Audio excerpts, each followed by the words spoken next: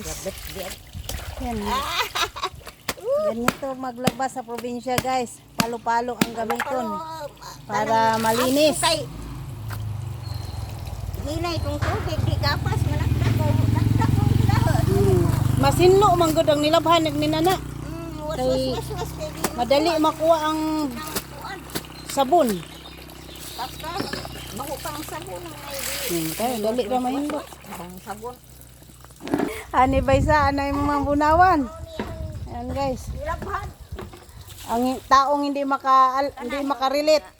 Akala galit eh. Ganito maglaba yung mga sinauna dito sa amin guys. Gagamitan ng palo-palo para madaling matanggal yung bula o yung dumi. Pero sa bahay ako, anlaw lang talaga. Hindi na ako gumagamit ng ganyan. Isas ang amo ay dito Manila. Papalo-palo pa. Palo-palo. Dali bitaw makuha ang kuan no. Buling og ng sabon pag palo-paluhan.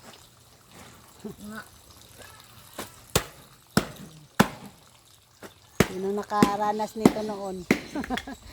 Wala, dapat to nasa sapa eh. Wala nang tubig sa sapa ngayon guys eh. Tag-init na.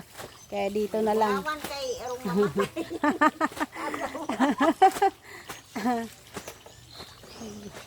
Nasuko sa labunon, gibunawan.